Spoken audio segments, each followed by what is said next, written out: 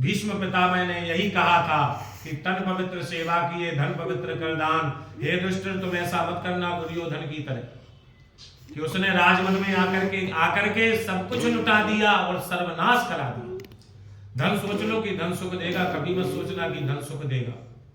धन की भी मर्यादा होती है मित्र साहब। धन कभी मर्यादा हो तो धन आपको सुख देगा, और धन मर्यादित नहीं है आपको सुख नहीं दे सकता।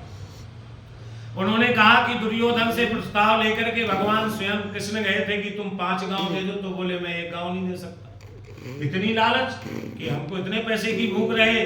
तो उन्होंने कहा कि ठीक है भाई, तू महाभारत कर ले। तो महाभारत में सब कुछ स्वाहा हो गया। आप देखो कुंती माता कितनी गदगद हो रही है, भगवान से दुख मांगती है कि हे प्रभु हमको दुख दो।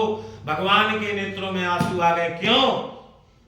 कि किसी ने तो दुख मांगा ही नहीं। बुआ आप तो दुख मांगती हो, क्यों मांग रही हो? उन्होंने कहा हे गोविंद, इस महाभारत के भीषण युद्ध में चारों तरफ केवल पापाचारी दुराचारी भरे पड़े थे, मेरे बेटे केवल 5। कौन रक्षा करता?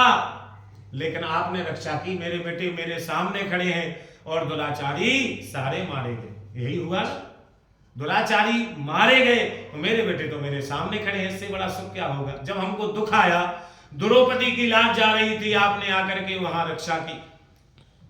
लाक्षागृह में हमारे बच्चों को कौन बचाने वाला था? आपने आकर के रक्षा की। जहां दुख मिला याद किया, वहीं तो आप पहुंचे। हम सुख का क्या करेंगे? उसको तो पत्थर से कुचल दो ऐसे सुख को। जब दुख आएगा तो हम आपको याद करेंगे, और जब आपको याद करेंगे तो आप मेरे सामने तो रहोगे। आप अपने घर में नहीं रहोगे, आप द्वारका में नहीं रहोगे, आप वृंदावन में नहीं रहोगे, मेरे पास रहोगे। यही है ना? तो भीष्म पितामह कहते हैं कि मैंने देखा है अपनी आंखों से, इच्छा मृत्यु का वरदान है, लेकिन मैं चाहता हूं कि हमारा प्राणांत हो।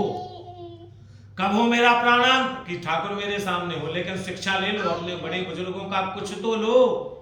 तो वो कह रहे हैं कि दुर्योधन और धृतराष्ट्र की तरह मत बन जाना कि आंखों से भी अंधा था से अंदर से भी अंदर हो गया। अंदर भी अंदर था वो। जिसको आंखों से नहीं दिखाई देता तो कम से कम हृदय में तो उसके भगवान का वास होना चाहिए। लेकिन वहां भी उसके नेत्र ज्योति नहीं थी, अंदर का प्रकाश नहीं था, वहां भी दीपक बुझा हुआ था। तो पुत्र मुह में आकर के वो भी बह गया, सारा सर्वनाश करा दिया। राजा दुष्टर, ये जो तुमको धन वैभव संपत्ति मिली है, तुम्हारे पिताजी तुम्हारे बाप की नहीं है। अगर आपने जो कमाया है इसमें सबका हिस्सा है। प्रजा का है, पशुओं का है, वृक्षों का है, पेड़ पौधों का है, सब्जी का है, रिश्तेदारों का है, जाने किस किस का है ना। यही होता है। आप पैसा कमा के कभी देखते हो तो वो हर जगह जाता है, धन में जाता है, वो हर जगह जाता है। आप सोच लो कि मेरा है तो उस चक्कर में मत रहना। उसमें तो हिस्से कई लगे हैं, अगर उसको अपना बना लिया समझ लो सर्वनाश हो गया। तो उन्होंने कहा कि तन पवित्र सेवा किए धन पवित्र कर दान। अगर धन को पवित्र करना है तो सेवा करना सीख, साधु संतों के चरणों को पकड़ना सीख, क्योंकि साधु संत बिन सत्संग विवेक ना होई। संत हृदय नवनीत समाना। अगर गुरु नहीं है, संत नहीं है, तो इस संसार में कुछ भी नहीं है। इस बात का ध्यान रखें। वही चीज। और मन पवित्र हरि भजन सो। अगर मन को पवित्र करना है, अगर हरि को पाना है, तो मन की पवित्रता होनी चाहिए। तुम कितनी सुंदर कपड़े पहन लो, कितनी सुंदर डब साबुन और पियर से साबुन लगा करके और मार परफ्यूम आ जाओ, भगवान के सामने वो कुछ नहीं चलेगा। भगवान के सामने तो अंदर क्या है वो देखेंगे, यही देखेंगे ना। तो मन पवित्र हरि भजन सो होय त्रिविध कल्याण।